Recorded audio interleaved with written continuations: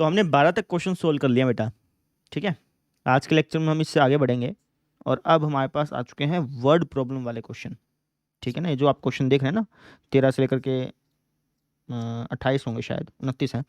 13 से लेकर के 29 तक जितने क्वेश्चन हैं सारे के सारे वर्ड प्रॉब्लम वाले बेटा, इनको वर्ड प्रॉब्लम वाले क्वेश्चन बोलते हैं। ठीक है, तो इनको कैसे सोल्व करेंगे वो आप समझिएगा, और बहुत ही आसानी से आपको सोल्व करना भी आ जाएगा, कोई दिक्कत आएगी नहीं। ठीक है, 13वां क्वेश्चन देखते हैं बेटा। देखो, अब ये वाला क्वेश्चन देखो भाई, कह रखा है कि भाई दो संख्या हमें ज्ञात करनी है जिनको जोड़ने पे तो 24 आ जाए और जिनकी गुणा करें ना तो वो सबसे हाईएस्ट आए। ठीक है, तो खुद सोचो ऐसी दो संख्याएं कौन सी होंगी जिनको जोड़ने पे 24 आ जाए और गुणा करने पर सबसे हाईएस्ट वैल्यू आए। तो आप कहेंगे सर एक काम करते हैं, 12 और 12 लेके देखते हैं, क्योंकि 12 और 12 को जोड़ूंगा तो 24 आ रहा है और गुणा करूंगा तो क्या आएगा, 144, है ना। अब एक काम करते हैं, कोई और लेके देखते हैं। मान लो कि पहली संख्या ले ली 11, दूसरी संख्या ले ली मान लो 13, जोड़ूंगा तो क्या आ रहा है 24 और गुणा करूंगा तो क्या आएगा, ये आएगा सर जी 143, है ना। कोई और लेके देख लो, मान लो कि 10 और 14 लेके देख ली। ठीक है, तो जोड़ने पे तो 24 आ रहा है, गुणा करने पे क्या आएगा 140।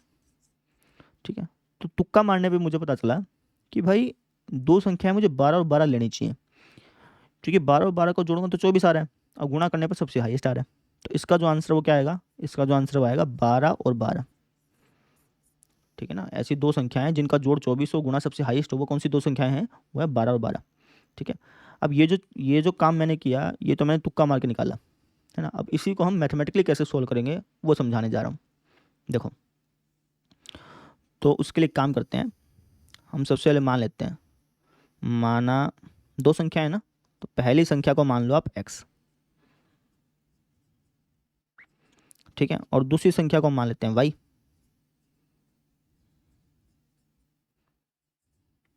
ठीक है, अब ये जो क्वेश्चन दे रखा है ना, इसको हम एक इक्वेशन के अंदर कन्वर्ट करते हैं। इक्वेशन कहो फंक्शन को, एक ही बात है भाई। ठीक है, तो इसको हम बेसिकली फंक्शन के अंदर कन्वर्ट करेंगे, है ना, और फिर वहां से हम उच्चतम मान ज्ञात कर लेंगे, क्योंकि हमें उच्चतम मान ही चाहिए ना भाई। ठीक है, तो फंक्शन के अंदर कैसे कन्वर्ट करेंगे, फंक्शन कह लो चाहे इक्वेशन कह लो, बात एक ही है। ठीक है ना, इक्वेशन में तो क्या होता है कि बराबर में जीरो लिखा होता है, फंक्शन में क्या होता है कि बराबर में जीरो नहीं लिखा होता, बस वो लेफ्ट साइड वाली चीज़ लिखी होती है, बस उसको फंक्शन बोल देते हैं। ठीक है ना, तो प्रश्न में क्या कह रखा है कि ये जो दो संख्या है ना उनका जोड़ 24 है। ठीक है, तो ये तो हो गई सर हमारे पास इक्वेशन नंबर फर्स्ट। हमसे क्या रखा है कि ये जो दो संख्या है ना इनकी गुणा जो वो सबसे हाईएस्ट होनी चाहिए। तो एक काम करते हैं, इनकी गुणा को कुछ मान लेते हैं। हम कहते हैं माना x और y का गुणनफल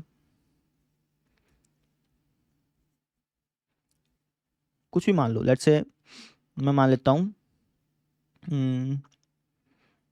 क्या माने, आप कहेंगे सर कुछ भी मान लो, p मान लेते हैं। ठीक है, आप चाहें तो f ऑफ x भी मान सकते हैं, मैंने p मान लिया। ठीक है, मैंने कहा कि भाई माना x और y का गुणनफल क्या है बेटा, p है। ठीक है, तो हम ये बोल सकते हैं कि यार x गुणा y बराबर हो गया p के, ये चीज़ बोल सकता हूँ, है ना। अब मुझे ये जो इक्वेशन बन गया है ना इसकी हाईएस्ट वैल्यू चाहिए, मतलब मुझे इस p का हाईएस्ट मान चाहिए। ठीक है, तो p का हाईएस्ट मान किस x और किस y की वैल्यू पे आएगा वो मुझे ज्ञात करना है बेसिकली, है ना। तो किसी भी फंक्शन का अगर आपको हाईएस्ट मान चाहिए तो आप किसी फंक्शन का हाईएस्ट मान कैसे पता कर सकते हैं, तो आप कहेंगे सर इसी चैप्टर में सीखा था कि किसी भी फंक्शन का अगर मुझे हाईएस्ट मान चाहिए ना तो एक काम करेंगे, हम उसका स्थानीय उच्चतम और स्थानीय निम्नतम मान ज्ञात कर लेंगे, है ना। आप चाहें तो डायरेक्टली भी उच्चतम मान ज्ञात कर सकते हैं, लेकिन उसमें कुछ ना कुछ समस्या रहती है, उसको पूर्ण वर्ग विधि के अंदर चेंज करो, क्या पता हो ना हो, ये दिक्कत रहती है उसके अंदर। तो स्थानीय उच्चतम मान हम ज्ञात कर लेंगे, वहाँ पे कोई समस्या नहीं आती, वहाँ के स्टेप जो है ना वो पहले से ही प्री डिफाइन है। तो हम क्या करेंगे, ये जो हमारा इक्वेशन बना है, ये जो हमारा फंक्शन बना है बेसिकली, इसका हम क्या कर लेंगे, स्थानीय उच्चतम मान ज्ञात कर लेंगे, और वही हमसे पूछा है, हमसे यही तो पूछा है ना कि भाई पी की हाईएस्ट वैल्यू क्या होगी वो बताओ, है ना। एक्स और वाई के किन मानों के लिए पी का हाईएस्ट वैल्यू होगा, एक्स और वाई का मैं क्या मान रखूँ जिससे कि मुझे पी का हाईएस्ट वैल्यू मिल जाए, यही तो पूछा है, यानी कि मुझे इस फंक्शन का हाईएस्ट वैल्यू चाहिए। तो हम एक काम करेंगे, हम यहाँ पे स्थानीय उच्चतम मान वाला तरीका लगा लेंगे। लेकिन यहाँ पे एक समस्या है, क्या कि ये जो हमारा फंक्शन है ना, ये जो हमारा फंक्शन है उसके अंदर दो वेरिएबल है, एक तो एक्स एक वाई।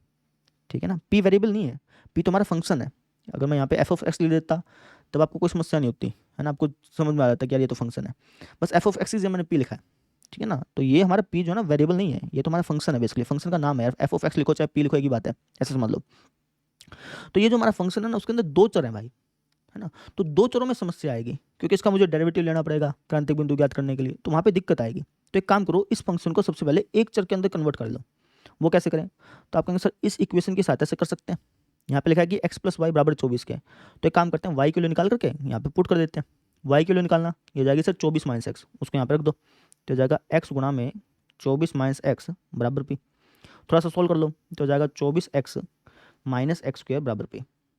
अब ये जो फंक्शन हमारा बना ना, ये एक चर के अंदर बन गया और वही हम चाहते थे बेसिकली, ठीक है। तो हमें इस फंक्शन का हाईएस्ट वैल्यू निकालना है, तो हम स्थानीय उच्चतम मान ज्ञात कर लेंगे, वहाँ से हमें अपने आप पता चल जाएगा कि इसकी हाईएस्ट वैल्यू क्या होगी, ठीक है। तो स्थानीय उच्चतम मान ज्ञात करने के दो स्टेप हैं, वही हम यहाँ पे लगाने जा रहे हैं। देखो स्थानीय उच्चतम मान को ज्ञात करने के दो मेथड होते हैं, एक तो होता है फर्स्ट डेरिवेटिव टेस्ट, प्रथम अवकलज परीक्षण, एक होता है सेकंड डेरिवेटिव टेस्ट, द्वितीय अवकलज परीक्षण, ठीक है। तो मैक्सिमम क्वेश्चन में तो हम सेकंड डेरिवेटिव टेस्ट ही लगाएंगे। अगर किसी क्वेश्चन में लगा कि यार यहाँ पे जो हमारा फंक्शन है वो थोड़ा सा, उसका डबल डेरिवेटिव ज्ञात करना थोड़ा सा मुश्किल होगा या फिर कुछ ऐसा लगा, तो वहाँ पे फर्स्ट डेरिवेटिव टेस्ट के माध्यम से हम स्थानीय उच्चतम मान और स्थानीय निम्नतम मान ज्ञात कर लेंगे। लेकिन मैक्सिमम क्वेश्चन में हम सेकंड डेरिवेटिव टेस्ट लगाने वाले हैं, ठीक है। तो यहाँ पर भी मैं सेकंड डेरिवेटिव टेस्ट लगाऊंगा क्योंकि इसका डबल डेरिवेटिव ज्ञात करने में मुझे कोई दिक्कत लग नहीं रही है, ठीक है। अगर किसी क्वेश्चन में हमें लगा कि डबल डेरिवेटिव ज्ञात करने में दिक्कत आएगी, तो वहाँ पे फर्स्ट डेरिवेटिव टेस्ट के माध्यम से पता कर लेंगे, लेकिन यहाँ पे मैं सेकंड डेरिवेटिव टेस्ट लगा रहा हूँ, ठीक है। आपको टीचर को बताने की जरूरत नहीं है कि हम कौन सा टेस्ट लगा रहे हैं, ऐसा कोई जरूरत नहीं है, बताएंगे तब भी ठीक है, नहीं बताएंगे तब भी कोई दिक्कत नहीं है, ठीक है। तो स्थानीय उच्चतम मान ज्ञात करने का पहला स्टेप क्या होता था, पहला स्टेप ये होता था कि क्रांतिक बिंदु ज्ञात करो। तो क्रांतिक बिंदु ज्ञात करते हैं, क्रांतिक बिंदु कैसे ज्ञात करते हैं भैया, आप कहेंगे सर किसी भी फंक्शन का अगर मुझे क्रांतिक बिंदु ज्ञात करना है तो सबसे पहले मुझे उसके डेरिवेटिव को शून्य के बराबर रखना पड़ेगा। तो इसका डेरिवेटिव जो है ना उसको शून्य के बराबर रखता हूँ, तो इसका डेरिवेटिव क्या हो जाएगा, इसका डेरिवेटिव हो जाएगा dp अपॉन dx, ठीक है ना। क्योंकि ये जो हमारा फंक्शन है वो x के रूप में है ना, तो डेरिवेटिव भी हम x के सापेक्ष से लेंगे। अगर ये फंक्शन y के रूप में होता है तो हम y के सापेक्ष डेरिवेटिव लेते हैं, ये चीज़ है, ठीक है। तो चूंकि ये फंक्शन x के रूप में है तो हमने x के सापेक्ष डेरिवेटिव लिया और इसको हम बराबर देंगे शून्य के, तभी तो क्रांतिक बिंदु मिलेंगे, ठीक है। अब dp अपॉन dx क्या हो जाएगा, ये हो जाएगा सर जी 24 माइनस 2x, है ना, बराबर शून्य। यहाँ से x की वैल्यू याद कर लो, तो x की वैल्यू आ गई सर जी हमारे पास 12, ठीक है। अब ये जो x की वैल्यू आई, ये स्थानीय उच्चतम है कि स्थानीय निम्नतम है, ये कैसे पता चलेगा, आप कहेंगे ये पता चलेगा जब हम स्टेप नंबर सेकंड लगा लें, ठीक है। स्टेप नंबर सेकंड क्या होता है, स्टेप नंबर सेकंड ये होता है कि अगर आपको ये पता करना है कि क्रांतिक बिंदु जो है वो स्थानीय उच्चतम है कि स्थानीय निम्नतम है, तो इसके लिए आप एक काम करिए, डबल डेरिवेटिव ज्ञात करिए। उस डबल डेरिवेटिव में जहाँ जहाँ x है ना वहाँ वहाँ 12 लिख दीजिए। डबल डेरिवेटिव का सिंबल देख लीजिए आप, अगर डबल डेरिवेटिव का सिंबल नेगेटिव है तो इसका मतलब ये स्थानीय उच्चतम है, अगर डबल डेरिवेटिव का सिंबल पॉजिटिव है तो इसका मतलब कि ये स्थानीय निम्नतम है। यही चीज़ होती थी ना, तो वही चीज़ हम यहाँ पे करने वाले हैं। तो सिंगल डेरिवेटिव तो हमने निकाल रखा है, सिंगल डेरिवेटिव हमारे पास क्या है, ये है सर जी हमारे पास 24 माइनस 2x, है ना। डबल डेरिवेटिव निकालना है, और डबल डेरिवेटिव किस पॉइंट पर निकालना है, जब x की वैल्यू 12 हो। तो पहले बार डबल डेरिवेटिव निकाल लेते हैं, उसके बाद फिर x की वैल्यू रख देंगे। डबल डेरिवेटिव क्या हो जाएगा, ये हो जाएगा सर जी हमारे पास -2। मुझे डबल डेरिवेटिव कब निकालना है, मुझे डबल डेरिवेटिव तो निकालना है जब x की वैल्यू क्या हो 12 हो। तो यहाँ पर जहाँ जहाँ x है वहाँ वहाँ 12 लिख दो। आप कहेंगे सर यहाँ पे तो कोई x है ही नहीं, कोई बात नहीं, ये जो है वही वही लिख दो। फिर अगर यहाँ पे x होता फिर मैं 12 लिखता ना, यहाँ पे x है नहीं तो सेम टू सेम लिखो। इसका मतलब ये हुआ कि भैया x बराबर 12 पर जो डबल डेरिवेटिव है, इस क्रांतिक बिंदु पर जो डबल डेरिवेटिव है वो हमारे क्या आ रहा है, नेगेटिव आ रहा है, वो हमारे क्या आ रहा है, नेगेटिव आ रहा है। और मैंने बताया था कि अगर किसी क्रांतिक बिंदु पर डबल डेरिवेटिव नेगेटिव आए तो इसका मतलब क्या होता है कि वो जो क्रांतिक बिंदु है वो हमारा स्थानीय उच्चतम है। तो हम कह देंगे कि भैया स्थानीय उच्चतम हमारे पास क्या हो जाएगा, स्थानीय उच्चतम हो जाएगा सर हमारे पास x, सॉरी स्थानीय उच्चतम हमारे पास क्या हो जाएगा, स्थानीय उच्चतम हो जाएगा सर हमारे पास 12, है ना। इसका मतलब क्या हो गया, इसका मतलब ये हो गया कि p की हाईएस्ट वैल्यू हमें तब मिलेगी जब x की वैल्यू 12 हो। p की हाईएस्ट वैल्यू हमें तब मिलेगी जब x की वैल्यू क्या हो 12 हो, ठीक है। हमें क्या करना था, हमें x और y दोनों का मान ज्ञात करना था, ठीक है। तो अगर x की वैल्यू 12 है तो y की वैल्यू क्या होगी, 12 ही होगी, यहाँ से देख सकते हैं आप, ठीक है। तो हम कह सकते हैं कि अतः अतः अतः पहली संख्या तो हो गई सर जी हमारे पास 12, और दूसरी संख्या भी क्या हो जाएगी, 12 हो जाएगी। रीजन आप लिख दीजिएगा समीकरण 1 से, समीकरण 1 से, ठीक है। अब लास्ट लाइन मत लिखना भूलिएगा, लास्ट लाइन इंपॉर्टेंट है। लास्ट लाइन आप क्या कहेंगे, आप टीचर को बताएंगे कि इसका मतलब क्या है।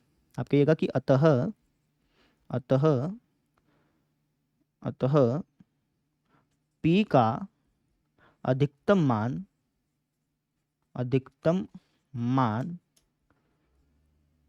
मान x बराबर 12 और y बराबर 12 पर आएगा। समझे?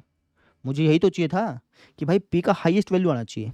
तो p का हाईएस्ट वैल्यू तब आएगा जब आप x की वैल्यू भी 12 रखें और y की वैल्यू भी 12 रखें। तो उसी चीज़ को हमने यहाँ पे लिख दिया। सिंपल। समझ में आ गई? थोड़ा जूम आउट करता हूँ, रिकैप करता हूँ। देखिए, हमने सबसे पहले ये जो क्वेश्चन था इसको फंक्शन के अंदर कन्वर्ट किया। अब मुझे इस फंक्शन की हाईएस्ट वैल्यू चाहिए थी। मुझे यही तो चाहिए था कि जो p है वो हाईएस्ट होना चाहिए। तो मुझे इस फंक्शन की क्या चाहिए थी? हाईएस्ट वैल्यू चाहिए थी। तो किसी फंक्शन की अगर मुझे हाईएस्ट वैल्यू ज्ञात करनी हो तो हम स्थानीय उच्चतम मान और स्थानीय न्यूनतम मान वाला जो तरीका था वो लगा सकते हैं। तो वही तरीका मैंने लगाया। तो पहला स्टेप क्या होता है कि इसका जो डेरिवेटिव उसको शून्य आप रखो और क्रांतिक बिंदु ज्ञात करो। तो क्रांतिक बिंदु ज्ञात करें। अभी जो क्रांतिक बिंदु मुझे मिला ये स्थानीय उच्चतम है कि स्थानीय न्यूनतम है, ये कैसे पता करेंगे? आप बोलेंगे सर इसका डबल डेरिवेटिव ज्ञात करो। अगर डबल डेरिवेटिव का सिंबल नेगेटिव आया तो स्थानीय उच्चतम है, पॉजिटिव आया तो स्थानीय न्यूनतम है। जब डबल डेरिवेटिव ज्ञात किया वो नेगेटिव आया तो इसका मतलब क्या हो गया कि जो x बराबर 12 है वो हमारा स्थानीय उच्चतम है। ठीक है, इसका मतलब ये है कि भैया जब x की वैल्यू 12 रखोगे ना, जब x की वैल्यू 12 रखोगे तब p का जो मान है वो हाईएस्ट आएगा। इसका मतलब ये हो गया। ठीक है, मुझे x और y दोनों की वैल्यू चाहिए थी। तो x और y दोनों की वैल्यू भी निकाल सकते हैं समीकरण नंबर 1 से। तो मैंने x की वैल्यू भी निकाल ली, y की वैल्यू निकाल ली। इसका मतलब क्या हो गया? इसका मतलब ये हो गया कि अगर मैं x की वैल्यू 12 रखूंगा और y की वैल्यू 12 रखूंगा, x की वैल्यू 12 रखूंगा और y की वैल्यू 12 रखूंगा तो मुझे p का सबसे हाईएस्ट मान मिलेगा। तो उसी चीज़ को मैंने यहाँ पे कह दिया। मैंने कहा कि भाई p का अगर मुझे अधिकतम मान चाहिए, उच्चतम मान चाहिए तो तभी मिलेगा जब x की वैल्यू 12 हो और y की वैल्यू 12 हो। तो ऐसी दो संख्याएं जिनको जोड़ने पे 24 आए, गुणा करने पे हाईएस्ट आए, वो दो संख्याएं कौन सी हैं? 12 और 12। लॉजिक समझ में आया? तो ऐसे ही सारे के सारे क्वेश्चन करने हैं। जितने भी क्वेश्चन है ना, सबसे पहले उनको फंक्शन में कन्वर्ट करो, फिर उस फंक्शन का या तो आपसे स्थानीय उच्चतम पूछेगा या फिर स्थानीय न्यूनतम पूछेगा, वो निकाल लेना। बस सारे के सारे क्वेश्चन ऐसे हैं। ठीक है, अगला क्वेश्चन खुद ब खुद ट्राई करो एक बार। तो अब ये वाला क्वेश्चन देखो, बिल्कुल पिछले क्वेश्चन जैसा है। क्या क्या लिखा है? क्या लिखा है भाई? दो धन संख्याएं x और y ज्ञात करो जहां पे x प्लस वाई जो है वो 60 के बराबर होना चाहिए और जो एक्स वाई क्यूब है वो सबसे हाईएस्ट होना चाहिए। ठीक है ना? तो पिछले क्वेश्चन जैसा ही है। तो हमें गिवन क्या है? हमें गिवन है कि भाई दो संख्याएं जो है वो पॉजिटिव हैं। पहली बात तो ये गिवन है। दूसरी बात हमें क्या गिवन है? दूसरी बात ये गिवन है कि इनका जो जोड़ है वो 60 के बराबर है। तो उस चीज़ को आप लिख दो। हम कहेंगे कि भैया हमें प्रश्न में दिया क्या है? हमें प्रश्न में दिया है कि भाई दो संख्याएं हैं, दोनों के दोनों धन है, धन माने पॉजिटिव है। ठीक है, और दोनों का जो जोड़ है वो बराबर है 60 के। तो ये मुझे गिवन है। ठीक है, मुझे क्या चाहिए? मुझे एक्स और वाई का ऐसा मान ज्ञात करना है जिससे कि एक्स वाई क्यूब जो है ना वो सबसे हाईएस्ट हो। तो एक काम करते हैं, एक्स वाई क्यूब को कुछ मान लेते हैं। हम कह देंगे माना एक्स वाई क्यूब बराबर पी है। मैंने पी के बराबर मान लिया, आप किसी के बराबर मान सकते थे, आपकी इच्छा। ठीक है सर, तो मुझे इसका हाईएस्ट मान चाहिए। अब ये जो हमारा फंक्शन बना है बेसिकली, अब इस फंक्शन का हाईएस्ट मान कैसे ज्ञात करेंगे? आप कहें सर इस फंक्शन का हाईएस्ट मान ज्ञात करने के लिए हम स्थानीय उच्चतम मान और स्थानीय न्यूनतम मान वाला जो तरीका था ना वो लगा लेंगे। लेकिन उसको लगाने के लिए सबसे पहले आप इस फंक्शन को एक चर के अंदर कन्वर्ट कर लो। यहाँ पे दो चर है ना, इसको सबसे पहले एक चर के अंदर कन्वर्ट कर लो। कर लेते हैं इसको एक चर के अंदर कन्वर्ट। कैसे? इसकी मदद से। यहाँ से एक काम करेंगे, यहाँ से आप चाहें तो वाई की वैल्यू निकाल सकते हो, लेकिन वाई की वैल्यू निकालोगे तो फिर उसको क्यूब करना पड़ेगा, थोड़ा समस्या वाली बात है। नहीं तो काम करो, एक्स के लिए निकाल लो। ठीक है, आप चाहे तो वाई के लिए भी निकाल सकते हैं बेटा, ये चीज़ ध्यान रखना, आपकी इच्छा है। आप इस फंक्शन को चाहे तो आप एक्स के रूप में बना सकते हैं, चाहे तो आप वाई के रूप में बना सकते हैं, आपकी मर्जी है। मैं इसको बना रहा हूँ वाई के रूप में। ठीक है, तो मैं एक काम करूँगा, एक्स के लिए यहाँ से निकाल करके यहाँ पे रख दूंगा। आप चाहें तो वाई के लिए निकाल करके यहाँ पे रख सकते हैं, कोई दिक्कत नहीं है, लेकिन मैं जानबूझ करके एक्स के लिए निकाल के यहाँ पे रखूँगा जिससे कि आसान हो जाएगा क्वेश्चन। सीधी सी बात ये। तो एक्स के लिए निकालना, यहाँ पे एक्स के लिए निकालेंगे तो हो जाएगा 60 माइनस वाई, उसको यहाँ पे रख दो, तो हो जाएगा 60 माइनस वाई गुणा में वाई क्यूब बराबर पी। यहाँ पे लिख देना समीकरण 1 से, इसको समीकरण नंबर 1 बोल दो। तो यहाँ पे लिख देना समीकरण 1 से। समझे? अब इसको सोल्व कर लो थोड़ा सा। तो सोल्व करेंगे तो हो जाएगा 60 वाई क्यूब माइनस वाई की पावर 4 बराबर पी। तो ये जो हमारा फंक्शन है वो एक चर के अंदर कन्वर्ट हो गया। अब मुझे इस फंक्शन का हाईएस्ट मान चाहिए, वो कैसे निकालेंगे? आपके सिर्फ दो स्टेप लगाने पड़ेंगे। पहला स्टेप क्या होता है कि क्रांतिक बिंदु ज्ञात करो। अब क्रांतिक बिंदु कैसे ज्ञात करते हैं? क्रांतिक बिंदु ज्ञात करने के लिए इस फंक्शन का जो डेरिवेटिव है उसको बराबर सकते हैं शून्य के। तो इस फंक्शन का डेरिवेटिव क्या होगा? इस फंक्शन का डेरिवेटिव होगा डी पी अपॉन में डी वाई। डी वाई क्यों सर जी? क्योंकि ये जो फंक्शन है वाई के रूप में है। अगर ये फंक्शन एक्स के रूप में होता तो D P upon D X बोलते हैं, अगर फंक्शन वाई के रूप में तो D P upon D Y बोलेंगे। ठीक है। D P upon D Y को हम किसका रख देंगे, शून्य के, वहीं से तो क्रांतिक बिंदु मिलेंगे। तो D P upon D Y क्या हो जाएगा, ये हो जाएगा सर जी हमारे पास, इसका डेरिवेटिव क्या हो गया, ये हो गया 6×18 180 वाई स्क्वेयर माइनस इसका derivative power down 1 less. Y के सापेक्ष कर रहे हैं तो इसलिए हम कुछ और नहीं कर रहे। अगर मैं एक्स के सापेक्ष करता तो फिर वाई का वापस लेना पड़ता ना, लेकिन मैं वाई के सापेक्ष कर रहा हूँ तो कुछ करने की जरूरत है नहीं। ये कुछ ऐसा हो गया। यहाँ से वाई के लिए निकाल लो, तो मैं उसको यहाँ पे निकाल लेता हूँ इस तरफ। तो एक काम करते हैं, इन दोनों में से वाई स्क्वेयर कॉमन लेते हैं, तो यहाँ पे हो जाएगा 180 माइनस 4y बराबर 0। अब दो चीज़ों में गुणा करने पे अगर मुझे 0 मिल रहा है तो इसका मतलब या तो ये 0 होगा, है ना, या फिर ये 0 होगा। तो दोनों को 0 रख दिया, है ना। अब यहाँ से y की वैल्यू क्या आ गई, 0 आ गई। लेकिन क्या y की वैल्यू में 0 ले सकता हूँ, आप कहेंगे सर नहीं ले सकते, क्यों, क्योंकि क्वेश्चन ने बोला था कि जो y की वैल्यू वो 0 से बड़ी होनी चाहिए, तो इसको मारेंगे इग्नोर, है ना। हम कहेंगे कि जो संभव नहीं है, सिंपल ये लिख दो, है ना, क्योंकि प्रश्न में क्या लिखा है ना, सिंपल, है ना। तो ये चीज़ है, समझ में आ गई। अब इसको सॉल्व करते हैं, तो यहाँ से y की वैल्यू क्या आ जाएगी, y की वैल्यू आ जाएगी माइनस का 180 बटे माइनस का 4, यानी कि 4 चुके 16 और बच गया हमारे पास 2, 4 पंजा 20। तो y की वैल्यू हमारे पास क्या आ गई, 45 आ गई। अब ये जो हमारा क्रांतिक बिंदु निकला है, ये स्थानीय उच्चतम भी हो सकता है, स्थानीय न्यूनतम भी हो सकता है। अब उसको कैसे पता करेंगे, आप कौन से उसको पता करने के लिए हम लगाएंगे स्टेप नंबर 2। स्टेप नंबर 2 क्या होता था कि भाई इस क्रांतिक बिंदु पर डबल डेरिवेटिव का सिंबल चेक करना है ना। तो डबल डेरिवेटिव ज्ञात करते हैं सबसे पहले। तो सिंगल डेरिवेटिव तो हमने ज्ञात कर ही लिया था। सिंगल डेरिवेटिव हमारे पास क्या था, ये था सर जी, ये यही था ना सिंगल डेरिवेटिव, तो ये तो हमने ज्ञात कर ही लिया था। अब ज्ञात करते हैं डबल डेरिवेटिव। डबल डेरिवेटिव क्या हो जाएगा, ये हो जाएगा सर हमारे पास 18 दूनी 36, है ना, 360 वाई माइनस ये हो जाएगा 4 तिया 12 वाई स्क्वायर। मुझे डबल डेरिवेटिव कब ज्ञात करना है, मुझे डबल डेरिवेटिव तब ज्ञात करना है जब वाई की वैल्यू 45 हो। ठीक है, तो वाई की वैल्यू यहाँ पे रख दो, वाई की वैल्यू रखना है यहाँ पे। तो 45 की 360 से मल्टीप्लाई कर लो, माइनस 12 इंटू 45 का स्क्वायर, है ना। आप वाई की वैल्यू यहाँ पे रख लेना, मैं डायरेक्टली यहाँ पे आंसर लिख रहा हूँ, आप रख लेना भैया यहाँ पे। ठीक है, जब आप वाई की वैल्यू यहाँ पे रखेंगे ना, सोल्व करेंगे, तो ये माइनस का 8100 आएगा, जो कि क्या है, नेगेटिव है। और अगर डबल डेरिवेटिव किसी क्रांतिक बिंदु पर नेगेटिव है तो इसका मतलब क्या होता है कि वो जो क्रांतिक बिंदु है स्थानीय उच्चतम है। तो उसी बात को हम यहाँ पे कह देंगे, हम कह देंगे अतः स्थानीय उच्चतम हमारे पास क्या हो जाएगा, स्थानीय उच्चतम हो जाएगा सर हमारे पास 45। ठीक है ना, ये हमारे पास y की वैल्यू निकली है। ठीक है, मुझे x की वैल्यू निकालनी है, तो मैं समीकरण x निकाल लूंगा। तो हम कह देंगे समीकरण 1 से, समीकरण 1 से मैं क्या बोल सकता हूँ कि भैया जो x होगा ये बराबर हो जाएगा 15 के, है ना। y अगर 45 है तो x 15 ही होगा, तभी तो 60 बनेगा, और y हमारा 45 के। ठीक है, इसका मतलब क्या हो गया, इसका मतलब ये हो गया कि अगर x का वैल्यू 15 होगा, y का वैल्यू 45 होगा, है ना। अगर x का वैल्यू 15 होगा, y का वैल्यू 45 होगा, तभी एक्स वाई क्यूब जो है ना वो हाईएस्ट होगा। समझ में आ गई। तो उसी बात को आप कह दीजिए, आप कह दीजिए अतः अतः ये जो हमारा फंक्शन है ये हाईएस्ट तभी होगा जब x का वैल्यू 15 होगा, y का वैल्यू 45 होगा। अतः p का अधिकतम मान, p का अधिकतम मान x बराबर 15 और y बराबर 45 पर होगा। समझे कि नहीं समझे, आई बात समझ में। तो इस तरीके से इस प्रश्न को सोल्व करना था। आई होप सबको समझ में आ गया होगा, बिल्कुल पिछले प्रश्न की तरह था।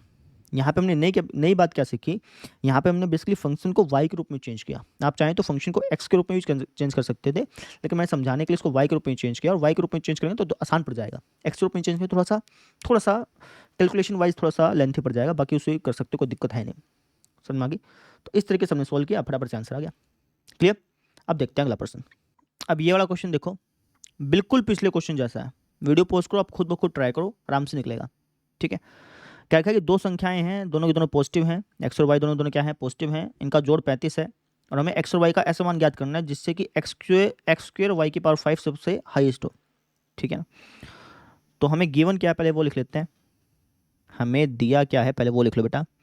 हमें दिया है कि एक्स और वाई जो है वो दोनों के दोनों पॉजिटिव हैं, इनका जो जोड़ है वो 35 है, और हमें प्राप्त क्या करना है, हमें एक्स और वाई की ऐसे वैल्यू ज्ञात करनी है जिससे कि एक्स स्क्वेयर वाई की पावर 5 उच्चतम हो, हाईएस्ट हो। तो इसको कुछ मान लेते हैं, मान लेंगे, माना एक्स स्क्वेयर वाई की पावर 5 बराबर p है, यानी कि मुझे इस p का हाईएस्ट मान चाहिए। ठीक है।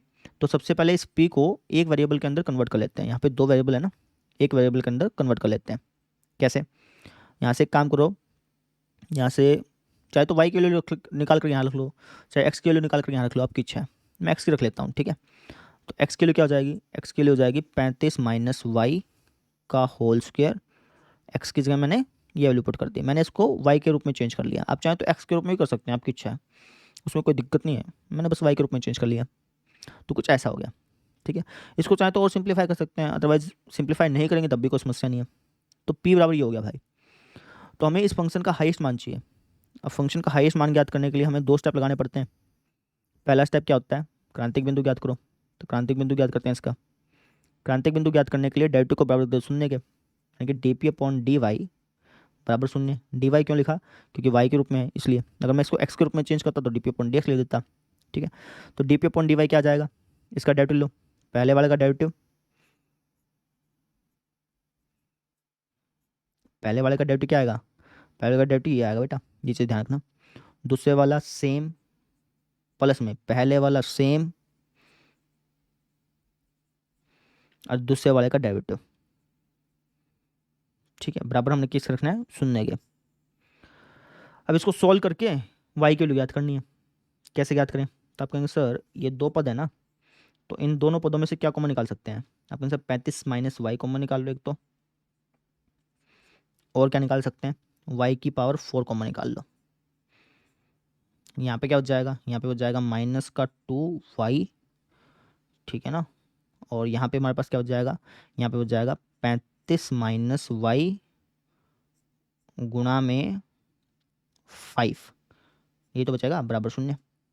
सिंप्लीफाई करते हैं इसको, ये हो जाएगा 35 माइनस वाई, वाई की पावर 4, इसको सॉल्व कर लो तो ये हो जाएगा माइनस का 2y प्लस में 35 पंजा 175 होता होगा शायद, चेक कर लेने एक बार। 35 पंजा 3 पंजा 15 5 7 55 25, हाँ 175 माइनस 5y बराबर शून्य, ठीक है। थोड़ा सा और सिंप्लीफाई करते हैं, तो 35 माइनस वाई गुणा में y की पावर 4, इसको सिंप्लीफाई कर लो, माइनस का 7y प्लस का 175 बराबर शून्य। तीन चीज़ों के गुणा करने पे जीरो आ रहा है, इसका मतलब या तो ये जीरो या ये जीरो या ये जीरो। अगर मैं इसको जवाब रखूँगा तो y की वैल्यू क्या आएगी? y की वैल्यू आ जाएगी 35। अगर मैं इसको जवाब रखूँगा तो y की वैल्यू क्या आएगी? शून्य। लेकिन शून्य हमें लेना नहीं है क्योंकि क्वेश्चन वाले ने मना कर रखा है। क्वेश्चन वाले क्या रखा है कि जो y की वैल्यू वो जीरो से बड़ी है, तो इसको हम लेंगे नहीं, इग्नोर मारेंगे इसको, ठीक है। अगर मैं इसको जवाब रखूँगा तो x की क्या आएगी? y की वैल्यू क्या आएगी? y की वैल्यू आ जाएगी 175 बटे में 7, कट रहा है क्या? 7 दूनी 14 और फिर 3, 7 पंजे 35, यानी कि y की बेसिकली 3 वैल्यू आई, 35 0 25। लेकिन जीरो को लेना नहीं है क्योंकि क्वेश्चन वाले ने मना कर रखा है, ठीक है। और 35 भी मैं नहीं ले सकता। क्यों नहीं ले सकता? क्योंकि अगर मैं y के लिए 35 लूँगा तो उससे क्या होगा कि x के लिए जीरो जाएगी, लेकिन x के लिए जीरो हो नहीं सकती। तो ये दोनों की दोनों चीज़ें मुझे इग्नोर करनी पड़ेंगी, है ना। यानी कि मुझे केवल केवल एक ही मान आया, एक ही क्रांतिक बिंदु आया जो कि है 25, ठीक है। अब ये दोनों को इग्नोर कैसे करोगे? तो आप कह देना कि तो y की वैल्यू हो जाएगी केवल केवल 25। ऐसा क्यों? क्योंकि जो हमारा x है वो भी जीरो से बड़ा है, y जो है वो भी जीरो से बड़ा है ना, और x प्लस वाई इन दोनों का जोड़ जो है वो 35 है। इन तीन रीजन्स की वजह से इन दोनों को हमें हटाना पड़ा। ये कैसे हटा वो तो समझ में आ गया। अब ये कैसे हटा? ये इसलिए हटा क्योंकि अगर y की वैल्यू 35 होगी तो x की वैल्यू शून्य होगी, और x की वैल्यू शून्य हो नहीं सकती, x की वैल्यू शून्य से बड़ी है। तो इसलिए ये दोनों इग्नोर हो गए और y की वैल्यू क्या रही? 25 रही। ये हमारा क्रांतिक बिंदु आ गया। अब ये जो क्रांतिक बिंदु स्थानीय उच्चतम है कि स्थानीय न्यूनतम है वो कैसे पता चलेगा? वो पता चलेगा स्टेप नंबर 2 से। स्टेप नंबर 2 क्या होता था कि डबल डेरिवेटिव निकालो और उसके अंदर जहाँ जहाँ y है वहाँ वहाँ 25 रख दो, वहाँ से पता चलेगा स्थानीय उच्चतम है कि स्थानीय न्यूनतम है। तो डबल डेरिवेटिव याद करते हैं। सिंगल डेरिवेटिव तो है हमारे पास, सिंगल डेरिवेटिव हमारे पास क्या है? सिंगल डेरिवेटिव सर जी ये भी सिंगल डेरिवेटिव है, ये भी सिंगल डेरिवेटिव है, ये भी सिंगल डेरिवेटिव है, ये भी सिंगल डेरिवेटिव है। तब सिंगल डेरिवेटिव किसी को बोल सकते हो, आपकी इच्छा है। तो मैं एक काम करता हूँ, सिंगल डेरिवेटिव में किसको बोल दूँ? इसको बोलूँ क्या? अगर मैं इसको सिंगल डेरिवेटिव बोलूँगा तो डबल डेरिवेटिव निकालने में दिक्कत आएगी, है ना। तो एक काम करो ना, डबल डेरिवेटिव निकालो ही मत, हम यहाँ पे फर्स्ट डेरिवेटिव टेस्ट लगा लेते हैं, क्योंकि यहाँ पे डबल डेरिवेटिव याद करने में दिक्कत आएगी ना भाई। यहाँ पे 3 फंक्शन है यार, डबल डेरिवेटिव याद करने में दिक्कत नहीं आएगी। तो एक काम करो ना, तुम फर्स्ट डेरिवेटिव टेस्ट लगा लो। हमें तो बस ये पता करना है ना कि स्थानीय उच्चतम है कि स्थानीय न्यूनतम है, ठीक है। तो एक काम करते हैं, फर्स्ट डेरिवेटिव टेस्ट लगा लेते हैं। फर्स्ट डेरिवेटिव टेस्ट में होता क्या है, स्टेप नंबर 2 चेंज हो जाता है, बाकी सारी चीज़ सेम रहती है। तो यहाँ पे मैं फर्स्ट डेरिवेटिव टेस्ट लगा रहा हूँ, आप चाहें तो सेकंड डेरिवेटिव टेस्ट भी लगा सकते हैं, कोई दिक्कत नहीं है, लेकिन बस वो है कि कैलकुलेशन थोड़ी सी बढ़ जाएगी। इसका डेरिवेटिव आपको लेना थोड़ा सा कैलकुलेशन बढ़ा देगा, और कुछ है नहीं। मैं यहाँ पे फर्स्ट डेरिवेटिव टेस्ट लगा रहा हूँ भाई, ठीक है। तो यहाँ पे हम लिख देंगे प्रथम अवकलज परीक्षण से, ठीक है ना। मैक्सिमम क्वेश्चन में तो हम सेकंड डेरिवेटिव टेस्ट लगाते हैं, लेकिन यहाँ भी लगा सकते हैं, लेकिन फिर वो थोड़ा सा लेंथी पड़ रहा है, हमें तो आसान करनी है चीज़ों को, मुश्किल थोड़ी करना है। तो फर्स्ट डेरिवेटिव टेस्ट लगा लेते हैं। फर्स्ट डेरिवेटिव टेस्ट क्या बोलता है कि जो आपका क्रांतिक बिंदु है ना, इससे थोड़ा सा कम और इससे थोड़ा सा ज़्यादा एक पॉइंट लेकर के उस पर तुम्हें सिंगल डेरिवेटिव का सिंबल ज्ञात करना है, सिंगल डेरिवेटिव का, ठीक है। तो 25 से थोड़ा सा कम ले लो, 25 से थोड़ा सा कम, या तो 24 ले लो तुम, है ना। तो 24 को तुम्हें कहाँ पे डालना है, 24 को डालना है तुम्हें सिंगल डेरिवेटिव के अंदर, इसके अंदर उसका सिंबल ज्ञात करना है, ठीक है। ऐसे ही 25 से थोड़ा सा ज़्यादा ले लो, 26 ले लो, उसको तुम्हें कहाँ डालना है, सिंगल डेरिवेटिव के अंदर, ठीक है। सिंगल डेरिवेटिव चाहे तुम इसको बोल दो, चाहे तुम इसको बोल दो, आपकी इच्छा है। मैं इसको बोल देता हूँ, ठीक है। तो हम कह देंगे, हम कहेंगे कि जब y थोड़ा सा लेस होगा 25 से, तो उस दौरान सिंगल डेरिवेटिव यानी कि डी अपॉन डी उसका सिंबल क्या होगा वो मुझे जानना है भाई। तो उसका सिंबल जानना ना, तो इसको तो रफ में कर लो चाहे तो तुम। तो 25 से थोड़ा सा कम ले लो, 25 से थोड़ा सा कम, वैसे तो आपका 25 से थोड़ा सा कम 20 भी चलेगा, कोई दिक्कत है नहीं, है ना। 20 ले लेते हैं, आसान पड़ेगा। 24 लोगे तब भी ठीक है, कोई दिक्कत नहीं है, मैं 20 ले लेता हूँ, कोई समस्या है नहीं इसके अंदर। तो 20 लेंगे तो क्या आएगा, ये तो आएगा सर जी पॉजिटिव, है ना। ये 24 ले लो, ये तो आसानी से पता चल ही जाना है, कोई दिक्कत तो है नहीं, 24 ले लिया चलो, ठीक है। 20 लोगे तब भी कोई समस्या नहीं है, ठीक है। समस्या बस कब आती है पता है, समस्या तब आती है जब आपके क्रांतिक बिंदु 3-4 निकल जाए ना, फिर आपको थोड़ा सा छोटा छोटा लेना पड़ता है। अब क्रांतिक बिंदु एक ही निकला है, यानी कि इसका टर्निंग पॉइंट ही एक है। अगर मान लो क्रांतिक बिंदु 3-4 आते हैं ना, तब हमें थोड़ा सा ध्यान से देख के लेना होता है कि भाई कभी मैं ज़्यादा पीछे ना ले लूँ, कभी मैं इतना ज़्यादा पीछे ना ले लूँ कि भाई दूसरा क्रांतिक बिंदु टप जाए, है ना। तो हमें थोड़ा सा ध्यान रखना पड़ता है। क्रांतिक बिंदु एक ही है तो उसमें कुछ ध्यान रखने की जरूरत ही नहीं है, ठीक है। तो 20 ले लेते हैं, या फिर 24 ले लो, आपकी इच्छा है यार, कुछ दिक्कत है ही नहीं, ठीक है। 24 ले लिया चलो, ठीक है। 24 लूँगा तो ये क्या आएगा, पॉजिटिव आएगा, है ना। अच्छा ये क्या आएगा, ये भी पॉजिटिव आएगा। और ये क्या आएगा, तो आप कहेंगे सर 24 के अगर मैं 7 से गुना करूँगा, 24 सत्ता कितना होता है,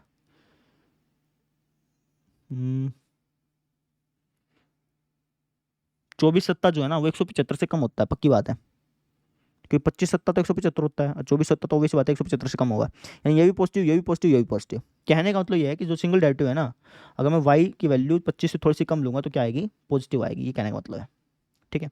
जब y का मान थोड़ा सा ज़्यादा हो 25 से, 25 से थोड़ा सा ज़्यादा ले लो, तो 25 से थोड़ा सा ज़्यादा लोगे तो ये तो पॉजिटिव आएगा, है ना। अच्छा जी, और ये पॉजिटिव आएगा, और ये भी हमारा पॉजिटिव आएगा, लेकिन ये नेगेटिव हो जाएगा। मान लो कि आपने 26 ले लिया, ठीक है ना। देखो मैं तभी कह रहा हूँ कि थोड़ा सा यहाँ पे ये जो मैं लिख रहा हूँ थोड़ा सा कम हो थोड़ा सा ज़्यादा, ये मायने रखता है।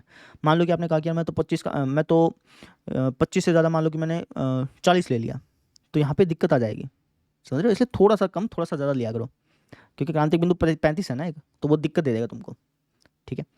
तो इसलिए 25 से थोड़ा सा ज़्यादा ले लो। मान लो कि आपने ले लिया 26, तो ये तो पॉजिटिव है, ये भी पॉजिटिव है, ये क्या आ रहा है, ये हमारा नेगेटिव आ रहा है, क्योंकि 26 के 7 से गुणा करेंगे ना तो 175 से फालतू हो जाएगा, तो छोटे में से बड़ा करें तो नेगेटिव आएगा। तो अगर आप इसको सोल्व करें तो बेसिकली ये नेगेटिव बन जाएगा, ठीक है।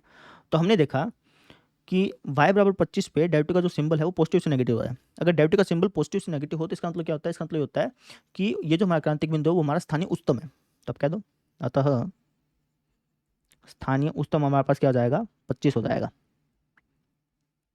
स्थानीय उच्चतम हमारे पास क्या हो गया बेटा, 25 हो गया। इसका मतलब ये हो गया कि ये जो हमारा p है ना, इसकी हाईएस्ट वैल्यू तब आएगी जब y की वैल्यू क्या होगी, 25 होगी। आपके समझ मुझे तो x की वैल्यू भी निकालनी है, वो यहाँ से निकल जाएगी। इसको तुम समीकरण नंबर 1 मान लो। तो आप कह दो समीकरण 1 से x की वैल्यू कितनी हो जाएगी 10, y की वैल्यू कितनी हो जाएगी 25। इसका मतलब ये हो गया कि जो हमारा p है ना, ये p की हाईएस्ट वैल्यू तब आएगी जब x की वैल्यू 10 होगी, y की वैल्यू 25 होगी। आप कह दो अतः x बराबर 10 y बराबर 25 पर p कहो या फिर ये चीज़ कहो, एक ही बात है, अधिकतम होगा, है ना। और यही हमें ज्ञात करना था, ठीक है ना। तो ऐसे हमने कर लिया, समझ में आ गई। मैक्सिमम जो क्वेश्चन है उसमें सेकंड डेरिवेटिव टेस्ट का हम यूज़ करेंगे, लेकिन कई बार क्वेश्चन जो है ना वो फर्स्ट डेरिवेटिव टेस्ट से ज़्यादा आसान हो जाता है। ये क्वेश्चन फर्स्ट डेरिवेटिव टेस्ट से कितना आसान हो गया, सेकंड डेरिवेटिव टेस्ट लेता ना तो लेंथी पड़ता है। समझ में आया? तो ऐसे ज्ञात करना था। आई होप सबको समझ में आ गया होगा। बिल्कुल पिछले प्रश्न जैसा ही था, कुछ अलग नहीं था। अलग यह था कि भाई इस क्वेश्चन में हमने फर्स्ट डेरिवेटिव टेस्ट का यूज करते हुए क्रांतिक बिंदु का पता किया कि वो स्थानीय उष्णता है कि स्थानीय निमंत्रण है। समझ में आया? अब देखते हैं अगला प्रश्न। अब इसको आपको खुद ब खुद करना है। वीडियो पॉज करो, खुद ब खुद ट्राई करो, आराम से निकालोगे, कोई दिक्कत आएगी नहीं। क्या क्या दो धन संख्याएं हैं, है ना? तो मान लो यहाँ पे कुछ बोल नहीं रखा ना एक्स और वाई के बारे में, तो मान लो कि पहली संख्या एक्स है और दूसरी संख्या वाई है। अब प्रश्न में हमें क्या दे रखा है? प्रश्न में हमें क्या रखा है कि जो एक्स है वो भी पॉजिटिव है, वाई जो है वो भी पॉजिटिव है, और इनका जोड़ जो है वो 16 है। ये बात हमें दी हुई है। तो हमें ये बताना है कि भाई एक्स और वाई का मुझे क्या मान रखना चाहिए जिससे कि इसके घनों का योग जो है ना वो निम्नतम हो। ठीक है, तो मान लेते हैं, माना घनों का योग, घनों का योग मतलब यानी कि X cube plus Y cube, यही होगा ना घनों का योग, है ना? तो इसको मैं कुछ मान लेता हूँ, मान लो इसको मैंने पी बोल दिया। कुछ भी बोल सकते थे, हम पी से थोड़ा सा फेमिलियर हो गए तो इसलिए मैं बार बार पी बोल रहा हूँ। आप चाहें तो कुछ और बोल दीजिए, आपकी मर्जी है। ठीक है, तो मैंने यहाँ पे इसको क्या बोल दिया? पी बोल दिया। ठीक है, तो मैं ये चाहता हूँ कि जो पी है ना उसका हाईएस्ट, उसका लोएस्ट मान चाहता हूँ। मैं एक्स और वाई की ऐसी वैल्यू चाहता हूँ जिससे कि पी जो है ना वो मुझे लोएस्ट मिले। ठीक है, तो मैं पी का सबसे निम्नतम मान चाहता हूँ भाई। तो एक काम करते हैं, सबसे पहले इसको एक चर के अंदर कन्वर्ट कर लेते हैं। कैसे? तो यहाँ से मैं वाई के लिए निकाल करके यहाँ पर रख देता हूँ। चाहे तो आप एक्स की रख लो, मैंने वाई की रख ली। वाई के लिए क्या आ जाएगी? ये हो जाएगी 16 माइनस एक्स का होल क्यूब बराबर पी। इसको अगर आप सिंप्लीफाई करना चाहें तो सिंप्लीफाई भी कर लीजिए, आपकी इच्छा है। ठीक है, मैं सिंप्लीफाई नहीं कर रहा हूँ, आप करना चाहें तो कर ले, कोई दिक्कत नहीं है। तो मुझे इस पी का सबसे लोएस्ट मान चाहिए ना, दो स्टेप लगाने पड़ेंगे। पहला स्टेप क्या होगा? क्रांतिक बिंदु ज्ञात करना। तो क्रांतिक बिंदु कैसे ज्ञात करेंगे? डेरिवेटिव को बराबर रखेंगे शून्य के, एक्स के रूप में लिखेंगे ना डेरिवेटिव, तो क्योंकि ये एक्स के रूप में है तो D P upon D X क्या हो जाएगा? बराबर शून्य। तो D P upon D X क्या आएगा? ये आएगा सर जी, इसका डेरिवेटिव तो हो जाएगा 3x² और इसका डेरिवेटिव क्या हो जाएगा? ये हो जाएगा पावर डाउन 1 लेस, है ना? समथिंग का पावर में कुछ हो तो पावर डाउन 1 लेस, और समथिंग का वापस डेरिवेटिव लेते हैं जो क्या आएगा? माइनस का 1 बराबर शून्य। तो इसको थोड़ा सा सिंप्लीफाई कर लो और एक्स के लिए याद करो यहाँ से 3x² प्लस में 3, और इसको खोलना ही पड़ेगा, कोई इलाज है नहीं, तो ये -3 हो जाएगा बेसिकली। इसको खोल लो। इसको अगर मैं खोलूँगा तो क्या आएगा? ए का स्क्वायर, 16 का स्क्वायर कितना आता है? 256 प्लस में बी का स्क्वायर माइनस 2ab बराबर शून्य। इसको सिंप्लीफाई करते हैं थोड़ा सा, हो जाएगा 3x² माइनस 256 दिया, 250 दिया, 750, 6 दिया 18, यानी कि 768 माइनस 3x² प्लस का 32 दिया, 30 दिया 9, यानी कि 96 बराबर शून्य। तो 3x² से तो 3x² कट गया, है ना? ये हो जाएगा 96x बराबर 768। एक्स बराबर हो जाएगा 8 पे जाएगा शायद ये, है ना? क्योंकि 100 8 800 होता है ना, 96 8 कितना हो जाएगा? 4 8 24, 4 8 32, हाँ ठीक है, 8 पे जाएगा भाई। जब काटा पिटाई करोगे ना तो एक्सेल की आ जाएगी 8। ये हमारा क्रांतिक बिंदु आ गया। अब ये जो क्रांतिक बिंदु स्थानीय उच्चतम है कि स्थानीय निम्नतम है, ये कैसे पता चलेगा? आपको स्टेप नंबर 2 से पता चलेगा। अब स्टेप नंबर 2 में सेकंड डेरिवेटिव टेस्ट वाला लगा रहा हूँ। मैक्सिमम क्वेश्चन में मैं सेकंड डेरिवेटिव टेस्ट का यूज़ करूँगा। अगर किसी क्वेश्चन में लगा कि यार यहाँ पे सेकंड डेरिवेटिव लेना थोड़ा मुश्किल होगा, तो वहाँ पे मैं फर्स्ट डेरिवेटिव टेस्ट का यूज़ कर लूँगा। यहाँ पे सेकंड डेरिवेटिव लेना कोई मुश्किल लग नहीं रहा मेरे को, है ना? सेकंड डेरिवेटिव कहाँ मुश्किल है? ये हमारा फर्स्ट डेरिवेटिव है ना, ये इसका सेकंड डेरिवेटिव लेना आसान ही है, कोई दिक्कत तो है नहीं। तो मैं हमेशा सेकंड डेरिवेटिव टेस्ट का यूज़ करूँगा।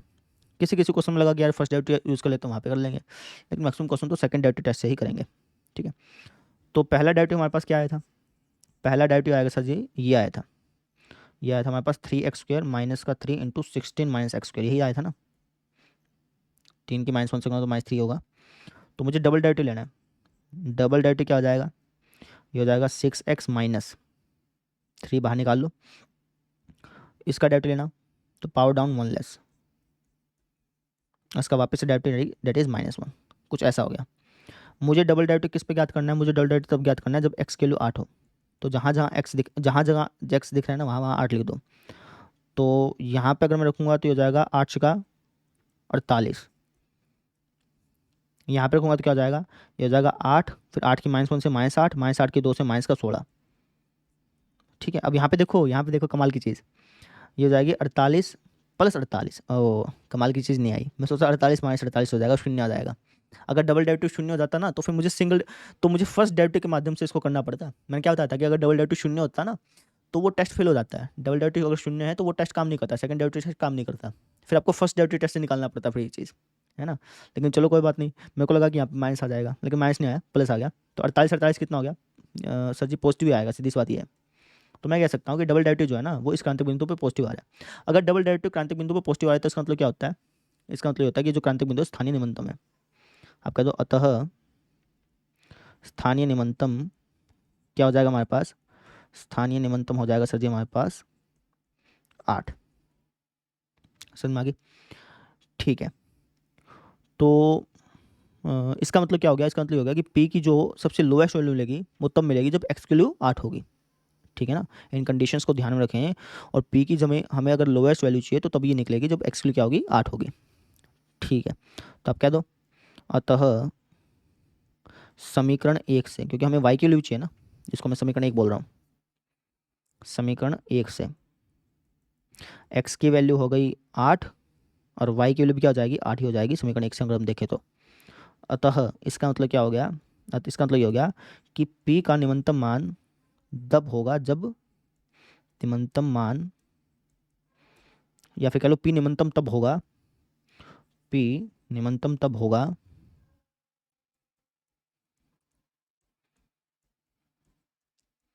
जब x बराबर 8 हो और y बराबर भी हमारे पास क्या हो? 8 हो।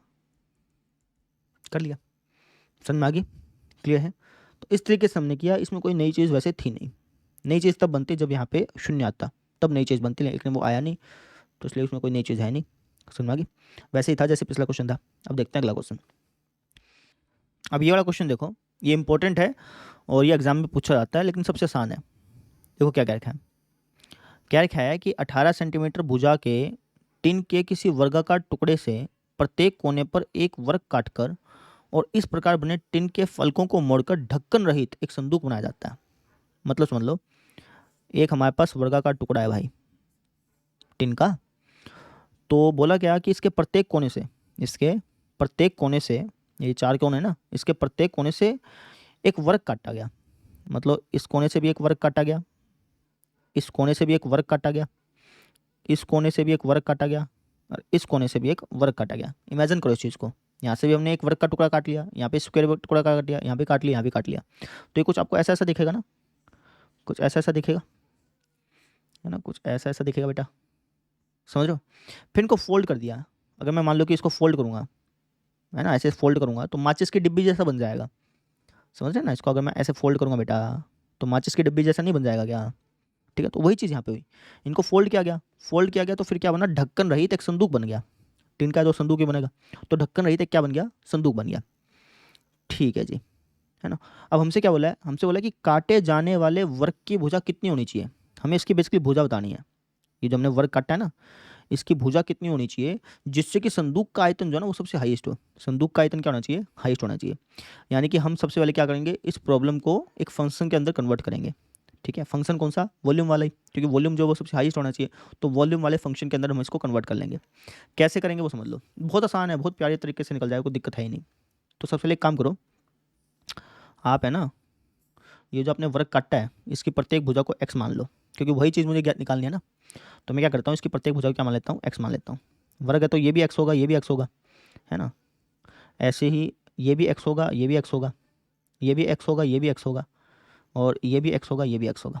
ठीक है, तो मैं मान लेता हूँ, माना माना काटे गए वर्ग की भुजा, वर्ग की सारी भुजाएं बराबर होती है ना, तो इसलिए अगर ये x है तो ये भी x होना है। ठीक है, तो मैंने वर्ग की भुजा को क्या मान लिया बेटा? x मान लिया।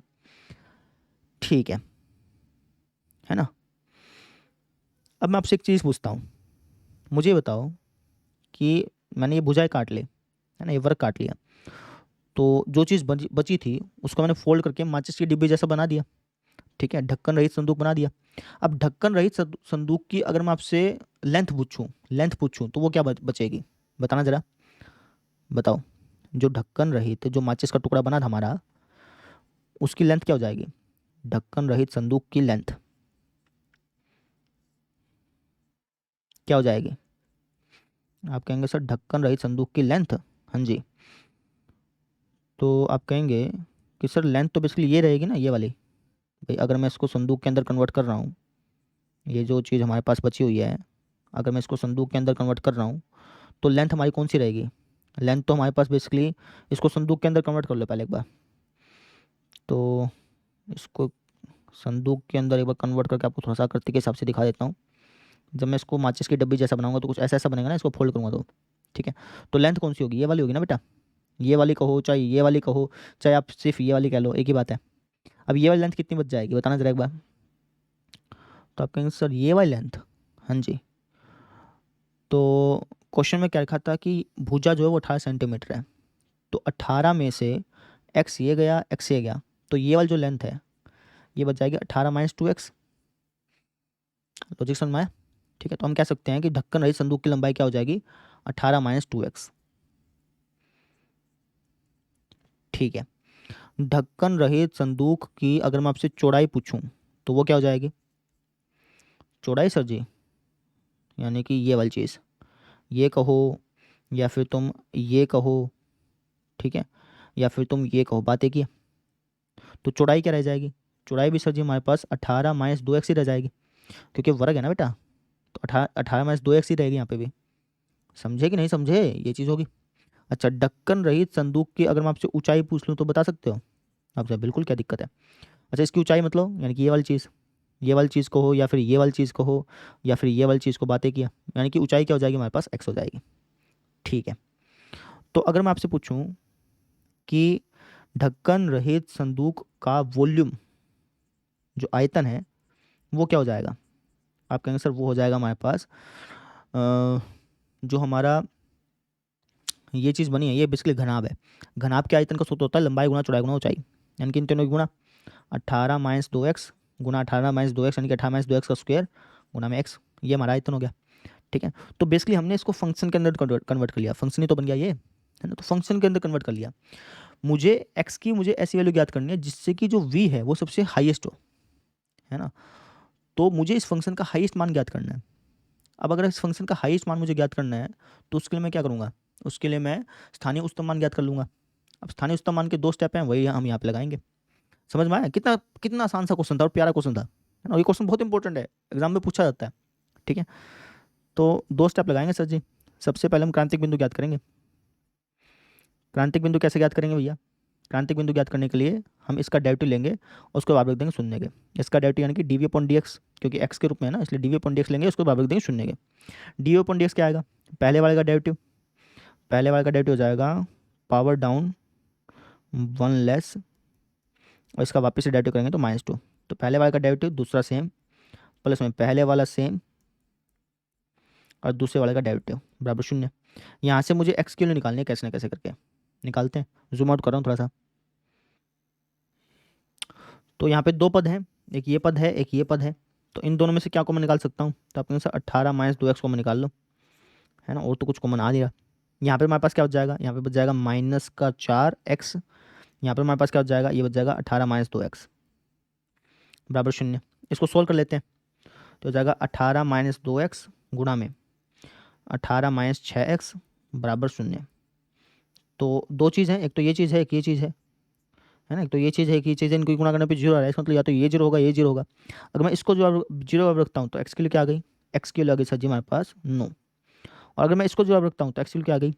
3 आ गई, है ना। अब देखो, क्या एक्स की वैल्यू 9 हो सकती है? आप कहें सर एक्स की वैल्यू 9 नहीं हो सकती, क्यों नहीं हो सकती? लॉजिक लगाओ, क्योंकि अगर एक्स की वैल्यू 9 हो गई, एक्स की वैल्यू 9 हो गई तो ये 18 माइनस 18, यानी कि ये जो हमारा घनाभ बनेगा इसकी लंबाई जो वो शून्य हो जाएगी। लेकिन किसी घनाभ की लंबाई शून्य हो सकती है क्या? तुमने एक संदूक बनाया और तुम कह रहे हो कि संदूक की लंबाई शून्य है, इसका कोई तुक बैठा नहीं बैठा ना, तो ये जो एक्स बराबर 9 है ना, ये नहीं हो सकता, विच इज़ नॉट पॉसिबल। ठीक है, उसी चीज़ को हम यहाँ पे लिखेंगे। थोड़ा सा मैं पेज की लेंथ बढ़ा रहा हूँ, वहाँ पे लिखूंगा, ठीक है। तो यहाँ पे मैं लिख रहा हूँ बेटा, ठीक है। तो हम कहेंगे अतः एक्स बराबर केवल और केवल क्या होगा? 3 होगा। रीज़न लिख देना। रीज़न ये है कि एक्स बराबर 9 लेने पर घनाभ की लंबाई, घनाभ की लंबाई को चौड़ाई को, तो क्योंकि दोनों सेम है, ठीक है, घनाभ की लंबाई और चौड़ाई दोनों लिख लेते हैं, ठीक है। घनाभ की लंबाई और चौड़ाई क्या हो जाएगी, शून्य हो जाती है, जो कि संभव नहीं है। बस वही बात आप कह दो, जो संभव नहीं है ना। वो घनाभ भी कैसा जिसकी लंबाई चौड़ाई शून्य हो, संभव नहीं है। समझ में आ गई। तो क्रांतिक बिंदु हमारा क्या निकला, 3 निकला। अभी जो क्रांतिक बिंदु स्थानीय उच्चतम है कि स्थानीय न्यूनतम है, ये कैसे पता करेंगे, आप इसके लिए स्टेप 2 लगाएंगे। स्टेप 2 क्या होता था, स्टेप 2 होता था कि इस क्रांतिक बिंदु पर डबल डेरिवेटिव का सिंबल चेक करेंगे। तो सिंगल डेरिवेटिव हमारे पास क्या है, सिंगल डेरिवेटिव, ये भी सिंगल डेरिवेटिव है, ये भी सिंगल डेरिवेटिव है, ये ले लो सिंगल डेरिवेटिव, ठीक है। तो सिंगल डेरिवेटिव हमारे पास क्या है बेटा, सिंगल डेरिवेटिव हमारे पास आया है 18 माइनस 2x, 18 माइनस 6x। अब डबल डेरिवेटिव क्या हो जाएगा, डबल डेरिवेटिव हो जाएगा सर जी हमारे पास पहले वाले का डेरिवेटिव दैट इज -2, दूसरे वाला सेम, प्लस में पहले वाला सेम, और दूसरे वाले का डेरिवेटिव दैट इज -6। अब मुझे डबल डेरिवेटिव किस पॉइंट पर चेक करना है, मुझे डबल डेरिवेटिव चेक करना है जब x की वैल्यू 3 हो। तो जहाँ जहाँ x दिख रहा है ना, वहाँ वहाँ 3 चिपकाओ। तो अगर मैं यहाँ पे 3 चिपकाऊंगा तो ये तो 0 हो जाएगा। अगर मैं यहाँ पे 3 चिपकाऊंगा तो ये हो जाएगा 18 माइनस 6 यानी कि 12, और ये हमारा -6, यानी कि अगर मैं इसको सोल्व करूँगा तो क्या आएगा, नेगेटिव आ रहा है। इसका मतलब क्या हो गया कि x बराबर 3 जो है वो हमारा स्थानीय उच्चतम है। हम कह दो अतः स्थानीय उच्चतम हमारे पास क्या हो जाएगा, स्थानीय उच्चतम हमारे पास हो जाएगा 3, ठीक है। इसका मतलब ये हो गया कि जो v की वैल्यू है ना, ये हाईएस्ट तब होगी जब x की वैल्यू 3 होगी। तब कह दो अतः संदूक का आयतन उच्चतम तब होगा, समझ रहे हो, उच्चतम तब होगा जब x बराबर 3 होगा। समझ रहे हैं, ये चीज़ है भाई। जब तुम ये जो वर्ग काट रहे हो ना, ये जो वर्ग काट रहे हो, इसकी भुजा 3 लोगे ना, तब उस दौरान ये जो डब्बा बन रहा है इसका आयतन क्या होगा, उच्चतम होगा।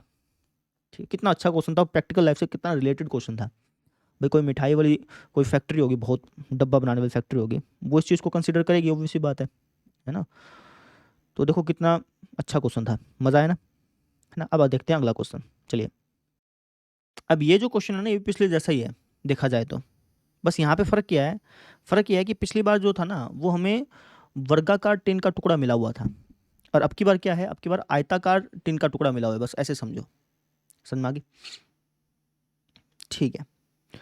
तो बोला गया कि 45 सेंटीमीटर बाय 24 सेंटीमीटर की टिन की एक आयताकार चादर के कोनों पर वर्ग काटा गया, है ना। अब ध्यान से समझना, एक आयताकार चादर मिली हुई है जिसकी लंबाई है 45, चौड़ाई है 24, ठीक है।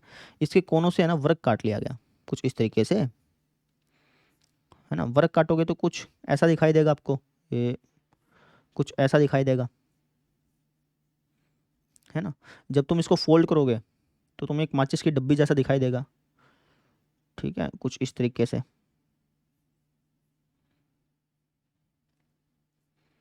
आई बात समझ में, है ना। अब देखो, तो बोला क्या गया है, बोला गया है कि टिन को मोड़ करके ढक्कन रही संदूक बना लिया भाई।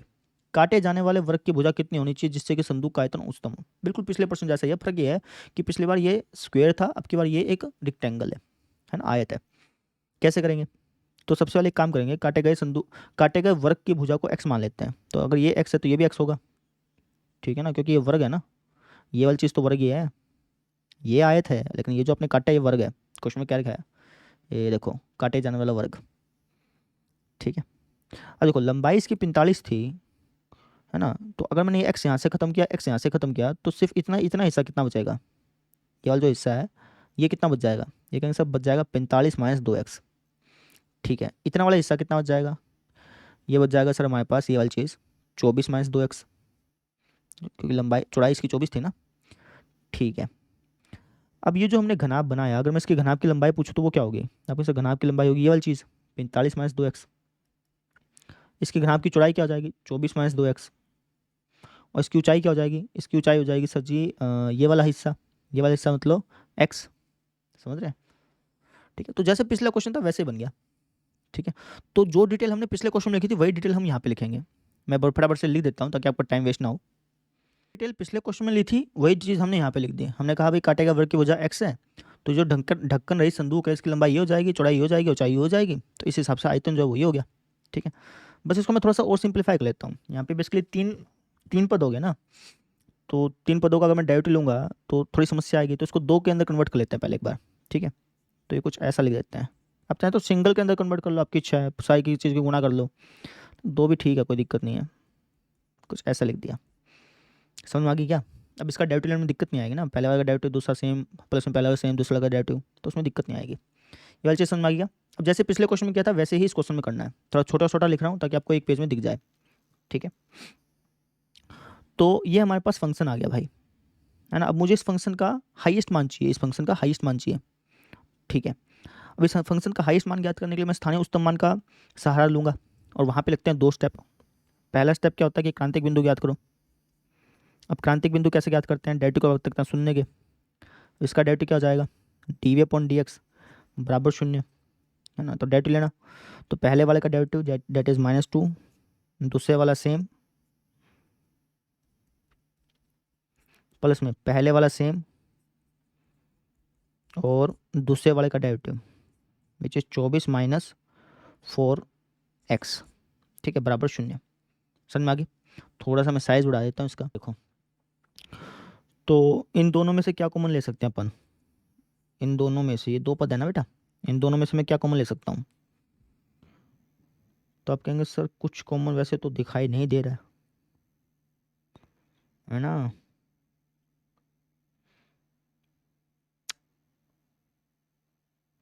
कुछ कॉमन दिखाई दे रहा है तुमको?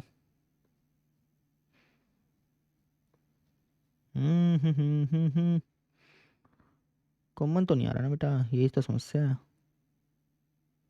फिर इसको सिंप्लीफाई करना पड़ेगा, खिचड़ी बनेगी।